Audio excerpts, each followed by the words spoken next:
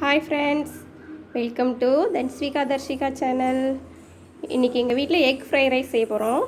வாங்க எப்படி செய்யலான்ட்டு பார்க்கலாம். வடித்த சாதம், முட்டைகோஸ் திருவியது, பீன்ஸ் பொடியை நறுக்கியது, கேரட் திருவியது, பச்சை மிளகாய்,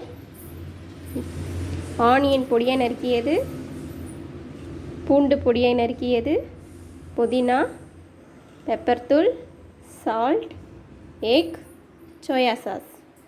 ஃபஸ்ட்டு அதுக்கு நம்ம முதல்ல அடுப்பை ஆன் பண்ணிக்கிட்டு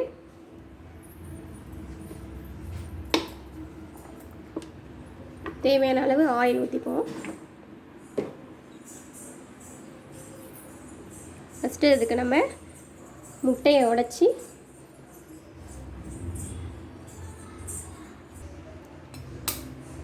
எக்கை ஃபஸ்ட்டு உடைச்சி ஊற்றி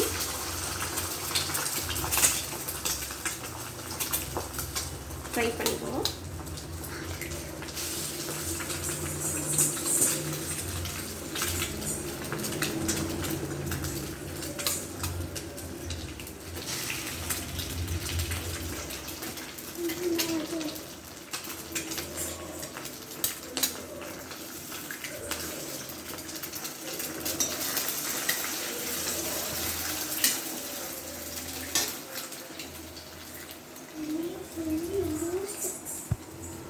இதில் கொஞ்சமாக சால்ட்,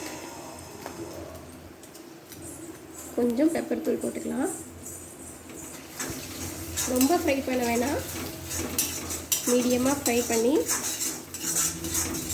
இதை தனியாக எடுத்து வச்சுக்கலாம்.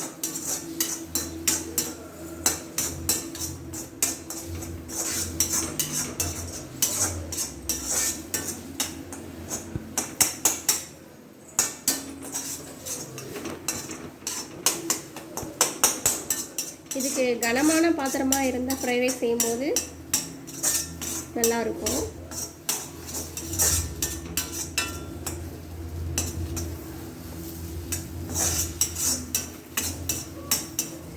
நல்லா ஃப்ரை ஆயிடுச்சு.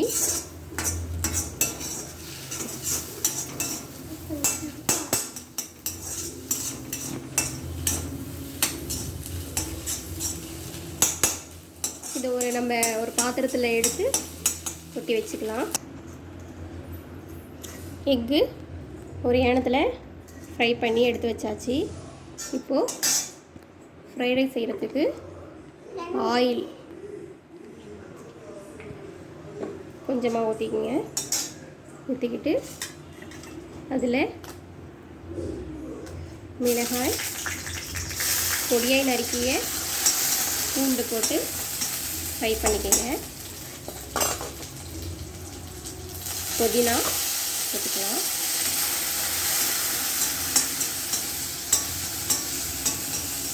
இதை மாதிரி செஞ்சீங்கன்னா நீங்கள் அடுத்த தடவை ஹோட்டலுக்கு போய் சாப்பிடவே மாட்டீங்க, வீட்டிலையே செஞ்சு சாப்பிடுவீங்க.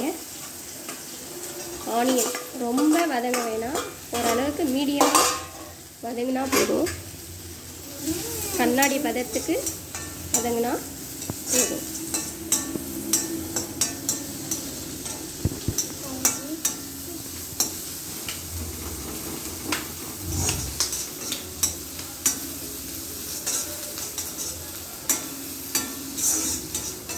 இரும்பு கடாயாக இருந்தால் ஃப்ரைட் ரைஸ் செய்ய நல்லாயிருக்கும். இல்லை கனமான பாத்திரமாக இருந்தால் அதை யூஸ் பண்ணிக்கலாம். இதில் நம்ம தேவையான அளவு உப்பு போட்டுக்கலாம். ஏன்னா ரைஸில் உப்பு போட்டிருக்கோம், எக்லேயும் உப்பு போட்டிருக்கோம், அதனால் மீடியமாக போட்டுக்கோங்க. இப்போது அந்த கண்ணாடி பதத்துக்கு வந்துடுச்சு. இப்போது இதில் பெப்பர் போட்டுக்கலாம். பெப்பர் போட்டு நல்லா ஃப்ரை பண்ணிவிட்டு நம்ம நறுக்கிய காய்கறிகள் வச்சுருக்கோங்களா அதை சேர்த்துக்கலாம். பீன்ஸ் சேர்த்துக்கிறேன்.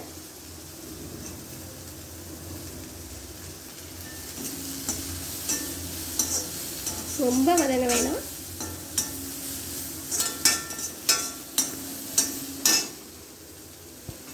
கேரட்,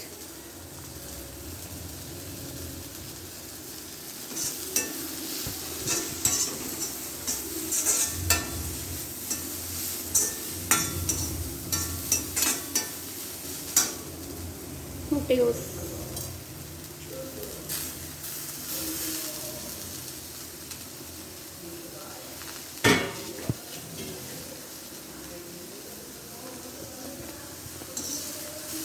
நல்லா இப்படி போல போலன்னு வர மாதிரி நல்லா ஃப்ரை பண்ணிக்கோங்க. லைட்டாக வதங்கினா போதும்.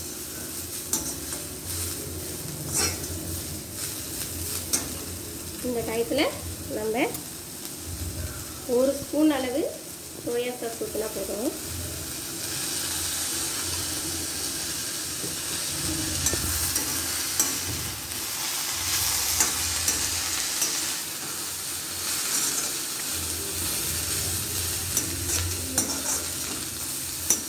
இது போல் நீங்கள் செஞ்சு சாப்பிட்டீங்கன்னா நெக்ஸ்ட் டைம் நீங்கள் ஹோட்டலுக்கே போக மாட்டீங்க. வீட்டிலே ஒரு 10 மினிட்ஸில் செஞ்சு சாப்பிட்றலாம். பசங்களுக்கு ரொம்ப பிடிக்கும். ட்ரை பண்ணி பாருங்கள்.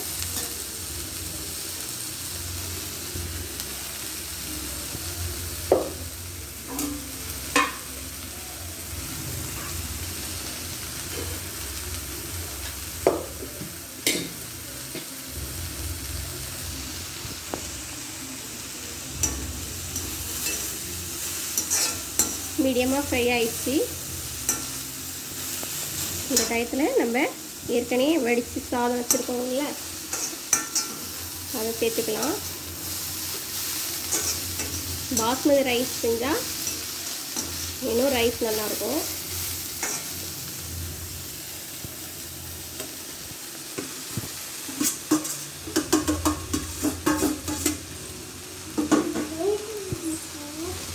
ரைஸ் கொட்டிட்டு நல்லா உதிர்த்து விடுங்க. நல்லா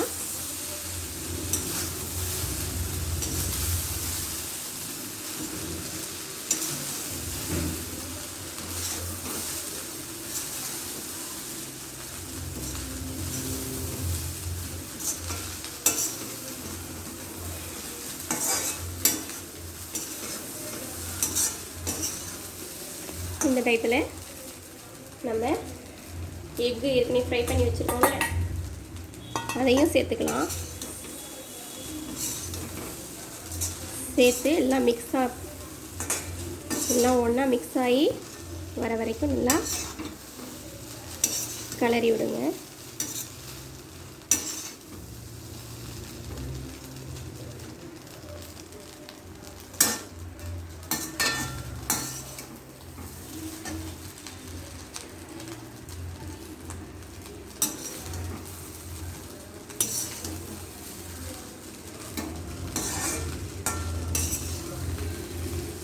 அவ்வளோதாங்க. இதை போல் செஞ்சு சாப்பிட்டிங்கன்னா இனிமேல் நீங்கள் ஹோட்டலுக்கே போக மாட்டீங்க. வீட்டிலே செஞ்சு ஹோட்டல் சுவையில் சாப்பிட்லாம்.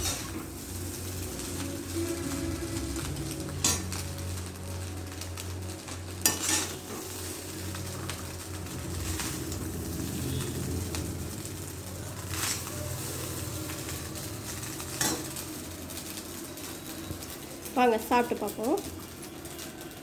Okay, thank you.